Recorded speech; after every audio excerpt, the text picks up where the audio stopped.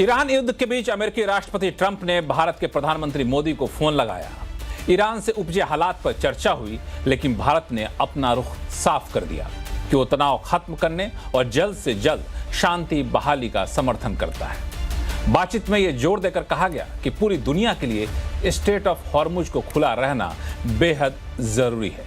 ये बातचीत ऐसे समय में हुई है जब पूरी दुनिया की नजर इस बात पर टिकी है कि आखिर कब युद्ध खत्म होने का ऐलान किया जाता है। ये बातचीत ऐसे समय में हुई है जब अमेरिकी राष्ट्रपति ट्रंप ने यह दावा किया है कि उनकी ईरान के नेताओं के साथ युद्ध खत्म करने के लिए बातचीत हो रही है, लेकिन ईरान ने ऐसी किसी बातचीत से इनकार कर दिया है। हालांकि कई विदेशी मीडिया ने दावा किया है कि ईरान और अमेरिका के बीच पर्दे के पीछे युद्ध विराम के लिए बातचीत चल रही है और अमेरिका की तरफ से दिए गए प्रस्तावों पर ईरान विचार कर रहा है। लेकिन इन सब के बीच ईरान ने आरोप लगाया है कि आज भी अमेरिकी हमले जारी हैं। उधर इजरायल ने भी कहा है कि वो तब तक हमले जारी रखेगा जब तक कि या तो युद्ध विराम नहीं हो जाता या फिर हमारा सैन्य मकसद पूरा नहीं हो जाता। ऐसे में युद्ध विराम को लेकर बातचीत हो रही है कि नहीं हो रही है, इसको लेकर सस्पेंस गहराता जा रहा है। आखिर माजरा क्या है? आखिर क्यों एक तरफ ट्रंप नरम पड़ते जा रहे हैं तो दूसरी तरफ ईरान गर्म? आखिर ट्रंप ईरान में किस नेता से बात कर रहे हैं जिसका खुलासा वो नहीं कर रहे हैं? या फिर क्या ट्रंप इस 5 दिन का समय लेकर किसी बड़े हमले की तैयारी में जुट गए हैं? ऐसे कई सारे सवाल उठ खड़े हुए हैं, कई सारे अटकलें चल रही हैं। इन सब के बीच हमारे सहयोगी चैनल CNN News 18 के राहुल शिवशंकर ने भारत में यूएस एम्बेसडर सर्जियो गोर से बातचीत की। इसमें राष्ट्रपति ट्रंप और प्रधानमंत्री मोदी के बीच हुई बातचीत का ब्यौरा दिया गया। साथ ही साथ वेस्ट एशिया में भारत की भूमिका कितनी अहम रहने वाली है, उस पर भी उन्होंने अपनी बातें रखी। आखिर सुनते हैं पहले उनकी बातचीत, फिर अपने मेहमानों से आपका परिचय कराऊंगा। Look, I will share this. Two friends had a fantastic phone call tonight. The president is always happy to connect with Prime Minister Modi, and they had a phenomenal phone call tonight. The focus of the phone call, of course, is what has happened in the Middle East and the ongoing war in the Middle East, and the importance of reopening the Strait of Hormuz. As a lot of your viewers understand, there's only one belligerent country, and that is Iran, that is threatening to shoot down any ships that bring out energy, that bring out oil, that bring out crude, LPG out of that area. The Strait of Hormuz is an area known as an international water. It is not supposed to be held by any one country. And, of course, the whole world does not think that Iran should be able to hold this area hostage. We want India to be able to get their energy needs. We want the rest of the world to be able to get their energy needs. And so this was a very important phone call between President Trump and Prime Minister Modi, and we hope to have more developments on that in the near future. Mr. Gore, does President Trump expect, as he has of some of the other allies, especially NATO countries, India to provide perhaps warships to escort tankers out of the Strait of Hormuz? Was that discussed? I don't want to get into too much of the conversation because the conversation was a private conversation. The one thing I will say is your Prime Minister has an incredible understanding of the situation. And so the importance of reopening international waters, that is the primary area of discussion, and that's something that we will be following up on. So without getting into too many details of a private phone call, but I will say, look, I think most of the world agrees that nobody should be able to hold international waters hostage.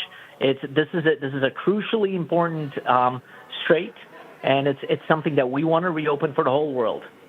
India is one of the few countries that actually has a line open to Tehran. The Prime Minister has also spoken to President of Iran, Mr. Pezeshkian.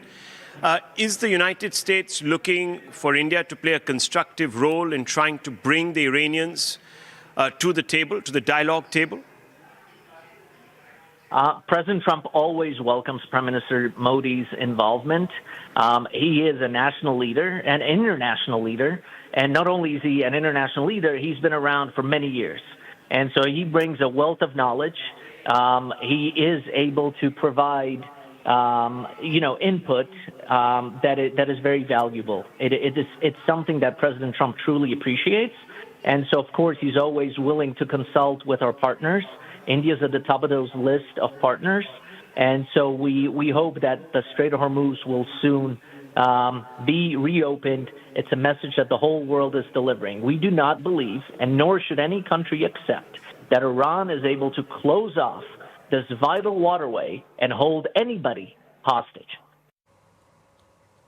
तो ये थी बातचीत भारत में US के ambassador के साथ। हमारे सहयोगी चैनल के राहुल शिवशंकर बातचीत कर रहे थे। उन्होंने कई सारे महत्वपूर्ण बातें कही। इस पर हम लोग चर्चा को आगे बढ़ाते हैं।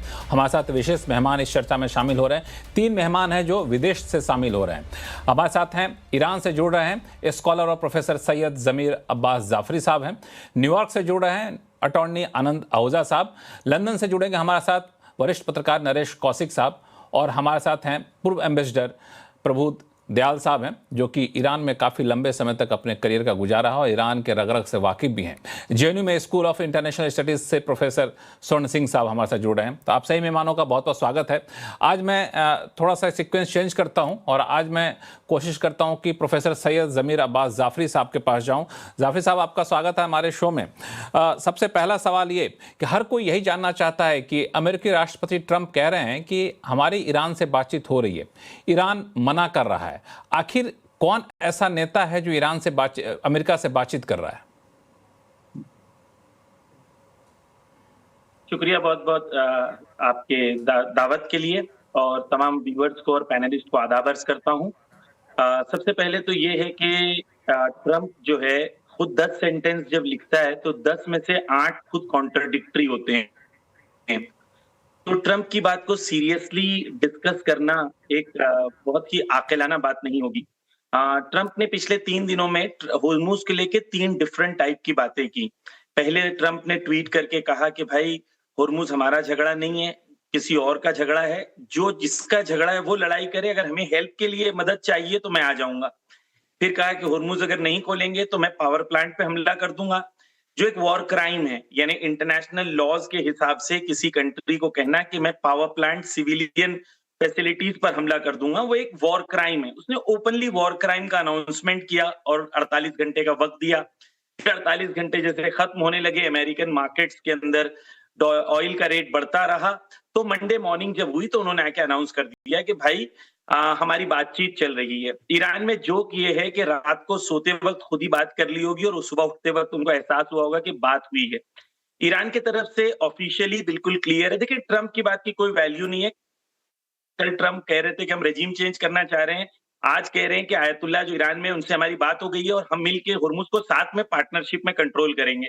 तो यानी मेरे ख्याल से ट्रंप की बात को सीरियसली जवाब देना अक्ल अक्लानियत के खिलाफ है, यानी कि उनकी बात को कोई सीरियसली ले। ईरान का स्टैंड क्या है? ईरान का स्टैंड बिल्कुल क्लियर है। ईरान कह रहा है कि ये जंग हमारे ऊपर इलीगल है, इम्पोज्ड है, तमाम इंटरनेशनल लॉज के हिसाब से क्रिमिनल है, हमारे लीडरशिप को मारा जा रहा है और Iran has the right to defend itself by international laws.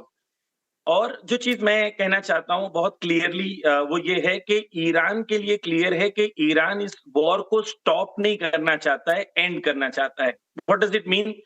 कि स्टॉप का मतलब ये है कि ईरान ने 12 दिन की जब जंग लड़ी तो ईरान ने सीज फायर किया। कतर और अमेरिका की रिक्वेस्ट पे ईरान ने सीज फायर मान लिया। 6 महीने के बाद दोबारा जंग हो गई और दोबारा लीडरशिप पे हमला हुआ। तो ईरान अगर कोई भी सीज फायर को एक्सेप्ट करता है तो एक चेन है, वॉर, पॉज, नेगोशिएशन, बिट्रेयल, फिर वॉर। तो ईरान ने इस पूरी चेन को तोड़ के एक फाइनल वॉर लड़ना चाह रहा है, जहां पर अमेरिका और अमेरिकन इंटरेस्ट और अमेरिकन प्रेजेंस जो ईरान के लिए और ईरान की सॉवरेनिटी के लिए थ्रेट है, उसको पूरे वेस्ट एशिया से खत्म करना चाहता है। ये ईरान के लिए बिल्कुल क्लियर है। और इराक में ईरान को कामयाबी भी मिली कि इराक से अमेरिकन सोल्जर्स इस वक्त चले गए हैं। 24 आवर्स का सीज फायर करके इराक इस वक्त अमेरिका फ्री हो चुका है।